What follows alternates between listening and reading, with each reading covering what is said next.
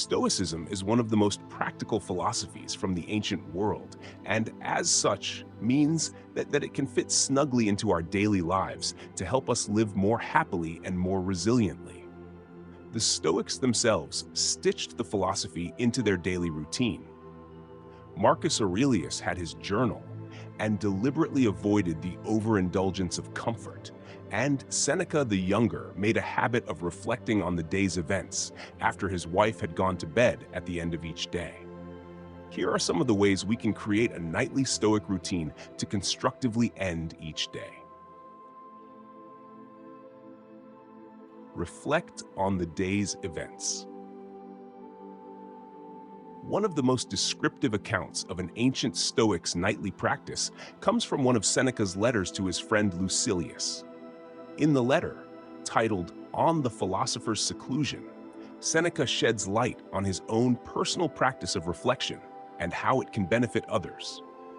When the light has been removed and my wife has fallen silent, aware of this habit that's now mine, I examine my entire day and go back over what I've done and said, hiding nothing from myself, passing nothing by. Seneca suggested that at the end of the day, one should retreat into solitude and mentally review all of one's actions, thoughts, and words from the day, honestly reflecting on how we approached them, reacted to them, and the things we did well or fell short. This practice is a way of taking a moral and behavioral inventory. He believed that by highlighting our mistakes, we can become more aware of them, learn from them, and look for ways to be better in the future. I think it's important to clarify that the purpose of this self-examination is not to promote guilt or self-punishment, but instead to help develop a self-awareness of how we approach the world around us and commit to self-development in the areas we find that need it. One of the first things we can do is review the events of the day and spend a few minutes asking ourselves some questions. This can be done through journaling or simply as part of a meditation. The process. Find a quiet place. This should be a space where you can feel free from distractions. It doesn't have to be a separate room. It can simply be a quiet corner of your home. Recount the day's events. Mentally walk through your day, starting from the morning and moving through the day to the moment you're in now. Reflect on your actions, decisions, desires, emotions, conversations, and reactions. Evaluate your actions. Ask yourself questions like, did I act according to my principles and values? Where did I fall short? How could I have handled situations differently? Acknowledge mistakes and learn. Instead of dwelling on or being overly critical about your mistakes, see them as learning opportunities. Consider how you might approach similar situations in the future. Plan for improvement. Think about how you can integrate the lessons learned into the following day. Make a commitment to try to act more wisely or virtuously. Reframe negative events. Reframing is not unique to Stoicism. It's found in psychotherapy, the Socratic method, and a handful of other practical philosophies and practices used to create a more constructive mindset. In Stoic philosophy, one of the core teachings is that the individual is responsible for how they interpret the world and their reactions to it. The way we react to the events around us is influenced by what we believe to be true about the world, about ourselves, and about other people. These beliefs are our responsibility, and in order to react more positively and constructively, we need to weed out and reframe negative beliefs.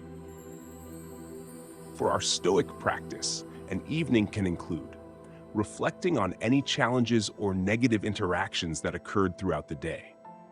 Think about the way we perceive these challenges and negative interactions, and whether we make them worse because of negative or unrealistic beliefs. If we find a belief or expectation that's unrealistic, think about a more constructive belief that can replace it. If we find ourselves making assumptions about people or things, can we be more charitable or give them the benefit of the doubt? What can we learn from the experience? How can we use all of the above to help us grow? These are just some examples of the questions we can ask. The Socratic method is also a common tool used to reframe our beliefs and assumptions, and I'd recommend giving it a look if you're interested in this kind of personal development. Read Stoic texts. The two examples above are self-driven. By this, I mean that we sit with our own thoughts and explore our own minds. However, there is also benefit to be had in reminding ourselves of the core philosophy of Stoicism, revisiting lessons from Epictetus, Seneca, Musonius Rufus, or Marcus Aurelius, and using their wisdom to help guide us through our own practice. For this, we can incorporate 5 to 10 minutes of reading into our daily routine to revisit the insights of the ancient Stoics and keep us from wandering too far from the foundations of the philosophy. While there's no harm in wandering and finding our own practice outside of Stoicism, reading the works of the ancient Stoics often helps us find advice that we may have forgotten and inspiration we might need. Some of these books may include Meditations of Marcus Aurelius, Enchiridion of Epictetus, Seneca's Letters, Seneca's Essays, Lectures and Fragments of Musonius Rufus. Practice negative visualization. The Stoics had a rather unconventional way in which they developed gratitude and dealt with the fear of loss. Instead of tightening their grip in an effort to keep hold of what they had and loved, they would spend time visualizing losing the things they held dear, failing at things where they wanted to succeed, and experiencing outcomes they wanted to avoid. In this way, they achieved two things.